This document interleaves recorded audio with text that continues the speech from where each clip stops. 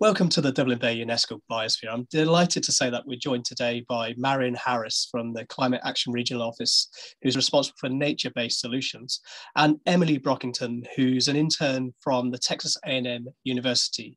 Now, Emily recently undertook some research on behalf of Marianne, and she's here today to share some of her findings with us. So Emily, would you like to take over, please?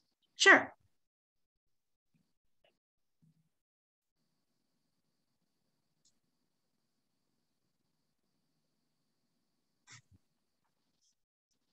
So the Brent goose is a migratory bird species from the Arctic that flies over into Ireland.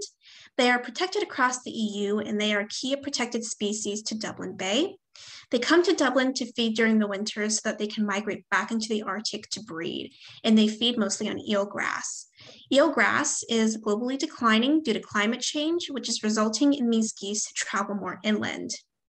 There are about 3 local authorities that I studied from 4 different sources, and I chose Dublin City as it has the most information data. So this map highlights inland feeding sites in Dublin City Council. The orange polygon is the Dublin City Council boundary and the different biosphere zone nations against it. These points, yellows and green spots on the map, are the DCC parks and green spaces, which also include public and private parks and football pitches. So I collated the data and made percentages by feeding sites in the biosphere zones in Dublin City Council. I found that the majority are in the transition zone, buffer zone, and outside of the biosphere itself. There are very little that are located in the designated conservation areas, but by using this data, further research can be repeated and expanded upon. That's fantastic, Emily. Some really good research there. So you mentioned about expanding upon that research that you've already done. Marianne, how can you see that actually taking place, and to what benefit?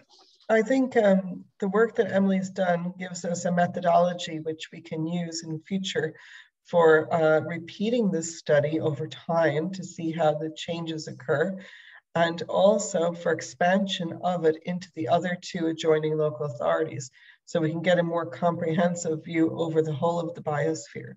We may also wish to compare the data sets she has created with other types of data, such as habitat maps, and also for mapping of other protected species of birds in the biosphere that feed inland, to see if there are sites in common across different species. So there's plenty of scope to use this data set for informing the management of the biosphere.